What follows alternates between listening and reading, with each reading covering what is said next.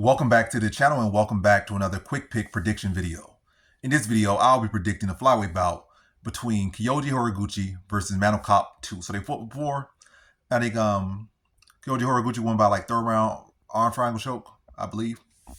Don't quote me on it. It was a long time ago in Risen. But yeah, I was actually gonna go Manel Kape originally, but after this card, in this year it's been like outside of like one or two big favorites, it's been underdog after underdog after underdog. And knowing my luck, Horiguchi probably gonna be the favorite by the time the fight happens. But it is what it is. I take an L here. I take an L here. It is what it is. I'm not used to it. I'm not unused to it. That's the way. It's been happening all year, so it is what it is. I'll take it on the chin, again and again. But as far as betting on it, yeah, I ain't betting on it. So I don't care too much about a wrong pick. But losing some money, that's what I care about. So I ain't losing no money on this fight. But yeah, good close fight. I think Kape has made a lot of adjustments, a lot of improvement. I think he's the more balanced striker, as I would say. Not saying like he does more stuff, but a lot of times with Horiguchi, like a lot of little karate fighters, they're in and out fighters. So a lot of them they can cover range, but you can catch them coming, you can catch them going, because when they're jumping and springing, there's a whole period of time where they can't really be defensively sound. Their timing gotta be perfect. It's a great style. They're great athletes.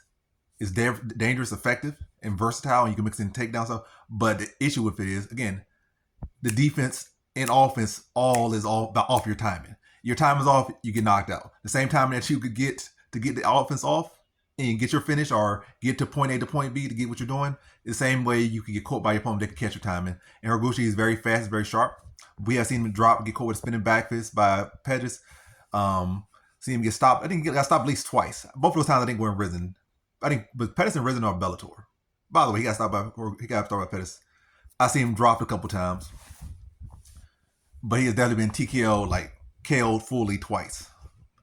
And Kape has the power, he has speed. I think he has the faster hands. I think he's the overall faster fighter. Horiguchi, when he's darting, he's faster, but overall speed, with the hand speed, the reaction speed, Kape is significantly faster.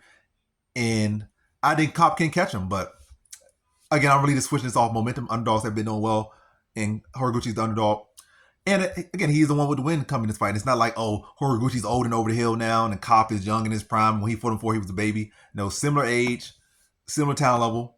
But I do feel like Horiguchi's the more all-around fighter. And if I say who has the better chance of beating Van, I think it's Manel Kape. Manel Kape has the better chance of beating Van because Van has a questionable chin. Kape has faster hands. He has heavier hands than Van. And he can touch the chin of Van and put Van out there. He's a more tougher stylist to match him. It's not like Van is a grappler.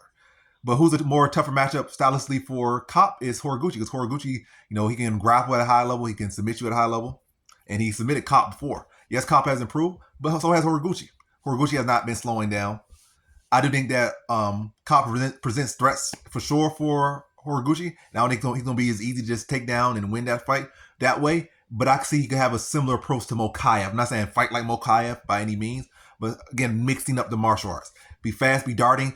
And again, the weakness of that style is the fact that your offense is your defense. Your legs are everything. Is about your hands are low. Your chin a lot of times high in the air.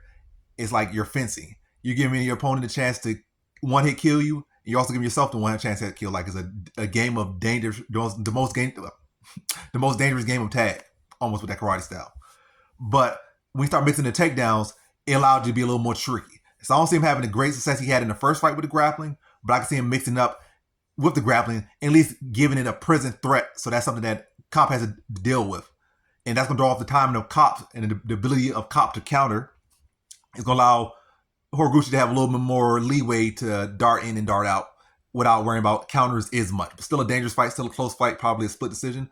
But Horiguchi mixing up will allow him to have more comfortability with his striking in this fight and leave him less open to be countered, because then Kape's gonna have to be worrying about the grappling as well, the grappling aspect as well. And Horiguchi still is very fast. Kape is fast overall, but Horiguchi is very fast, and also mixing the martial arts is gonna give something for Kape to think about. And again, that's gonna allow more leeway for Horiguchi to mix up. But close fight regardless. And also I think Horiguchi has more experience going longer and mixing it up. He has way more championship experience than Kape. Not to say that Kape doesn't, but Horiguchi has more experience. He has more experience going rounds at a high level than Kape does. And I think he mixes up. I think he outgrinds, outworks, and outsmarts Kape to a decision here. So in this one, I got Kyoji Horiguchi via decision.